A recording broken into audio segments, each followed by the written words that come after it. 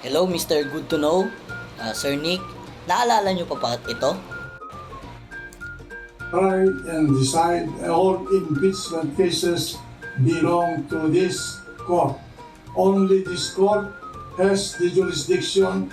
The Supreme Court has no jurisdiction to try and decide impeachment cases. That's one. Once the articles of impeachment reaches this House, the command of the Constitution is that trial shall forthwith proceed. Due process is not only the sole function of the House of Representatives. Due process is a function of this House that tries and decides all impeachment cases. The facts in this case are that an impeachment articles of impeachment was referred to this Senate by the House. 188 members of the House filed that articles of impeachment to this House.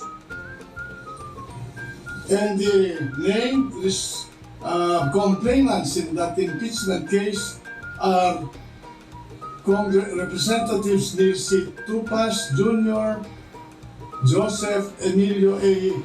Abaya, Lorenzo R. Tanyada III, Reynaldo V. Umali, and Arlene J. Bagao.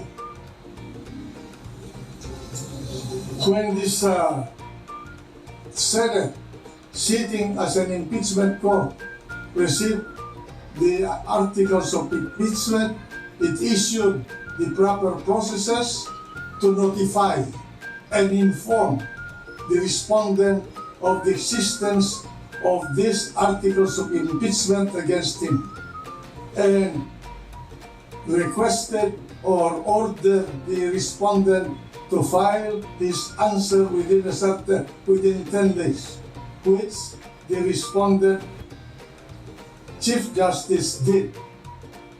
And a reply was equally filed by the prosecution with respect to the answer filed by the respondent Chief Justice, so that at least this court has followed the principle of due process that is demanded in a case like this. And so therefore, having made the ruling that this court assumed jurisdiction under the full faith and credit given to the processes of the House of Representatives, and knowing that it has jurisdiction, it proceeded with the trial. And so therefore, as much as we want to accommodate the desire of the defense, this presiding officer, with the permission of the impeachment court, regrets to deny the desire of the defense. So you proceed to present your evidence.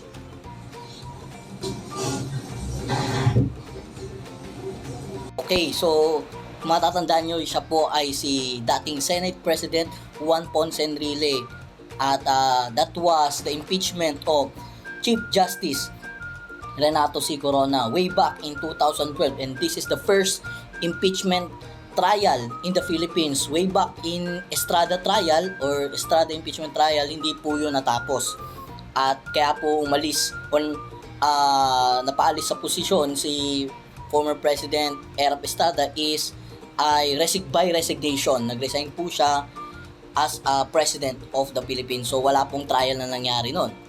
So this is the first impeachment trial, Corona impeachment trial, first, and at the same time ay natapos na impeachment trial. So ano ba yung issue kanina, di ba? Sabi, impeachment court is the sole authority in impeaching the different people in the government. Sino-sino yung mga taong yon? Mula sa President, Vice President, Ombudsman, members of the Supreme Court, and members of the Constitutional Commission. Itong Constitutional Commission? Ito po yung what do you call by this? COMELEC.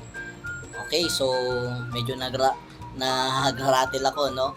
But anyways, yon COMELEC, CSC, at saka COA. Yan po ang mga constitutional commission na pwede nating ipatanggal by through representative. Ang House of Representative po, para sa inyong kaalaman, ay sila po ang gagawa ng articles of impeachment by the means of voting, no?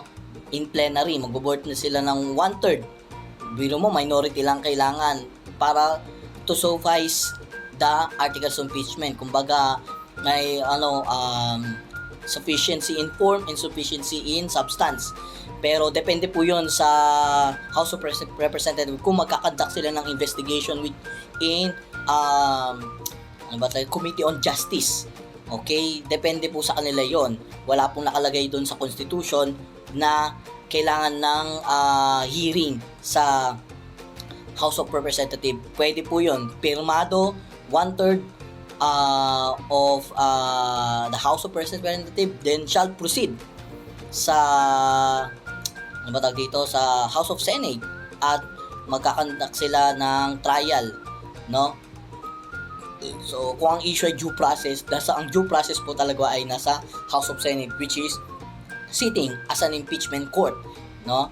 At ang impeachment court po ay sui generis, first among equals. Alam po ng mga abogado natin 'yan, no? Na kung saan ay ang rules of court are not totally applied, but suppletorily lang. Ibig sabihin, it depends sa pangangailangan ng trial. Kumbaga, kung kailangan talagang i-apply mga jurisprudence, kung kailangan talagang i-apply mga rules like rules of court or hearsay rule, magkakaroon ng exemption, ay depende po yon sa buong korte ng impeachment, no? Kasi may may board, may resolution lagi yan sila. So lagi tayong matuto, ha. Ito ay lamang jurisprudence din. Kumbaga for the impeachment in the near future. Pero I hope and I pray na wala nang impeachment trial na magaganap kasi napaka ubos oras. Although marami tayong matutunan dito at chine-check and balance natin ang mga ginagawa ng government officials, but tingnan natin kung dapat mong pagtuunan ng pansin at dapat pa ba nating bigyang oras itong impeachment trial na kung saan na magaganap, no? Marami nang kailangan gawin kaysa sa mga ganung bagay. Okay? So lately may mga nasampahan ng impeachment. Ang pinakahuli diyan ay si Lenny, former Vice President Lenny Robredo, no? Sasampahan dapat siya ng impeachment sa House of Representatives. I don't know if treason ata, if I'm not mistaken. Tapos si Senior Associate Justice Marvick Leonen na hindi rin naman natuloy simply because sa House of Representatives pa lang ginank na ang articles of impeachment.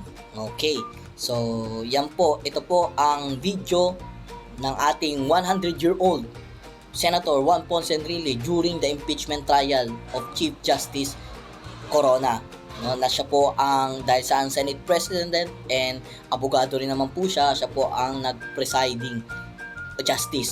siya sa korteng yon. Okay, so matuto at laging tandaan, dapat gutom tayo sa kaalaman. So thank you so much and God bless everyone.